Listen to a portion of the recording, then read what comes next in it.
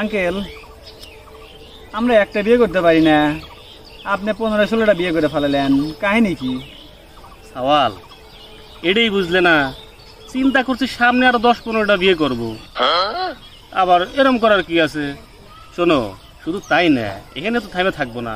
আমি চিন্তা করেছি, মনে করো সামনে নির্বাচনও করব। কোন কি, কেমনে কি? কেমনে কি বলতে খুবই ইজি।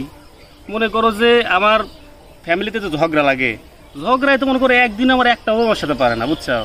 তো সেদিক থেকে আমি চিন্তা করে দেখলাম যে যেহেতু বউর সাথে ঝগড়া করে পারে যায়, তাইলে তো মনে করো যে সামনে নির্বাচন করা যেতে পারে। আর সব থেকে বড় কথা হচ্ছে আমার 16-17টা বউ, 16-17টা বউ যদি আমাকে ভোট দেয়, তারপর ওর আত্মীয় স্বজন আছে না, শ্বশুর বাড়ি আছে, আর ভোট টোট চাওয়ার জন্য ওরা তো আমাকে সার্বিকভাবে সহযোগিতা করবে। তো সেদিক থেকে আমি চিন্তা করলাম যে তাইলে আমি নির্বাচন করতেই পারি। আচ্ছা, আপনি যদি এরকম করে সব মেয়ে বিয়ে করে ফেলান, তাহলে আমরা কি করব? আমার জন্য ডিসাইডে রাখেন। তোমরা কি করবে সেটা তো আর আমার চিন্তা করে লাভ নাই। আমার দরকার হলো সামনে নির্বাচন করা, আমি হলো সেটা নিয়ে চিন্তা করতেছি। তোমাকে নিয়ে চিন্তা করার আমার সময় নাই। তাহলে আমার যে একটা শান্ত আছে, ওকে বাবা তো ছেড়ে দিয়েন। আমি কাউরেই ছাড়তে পারবো না।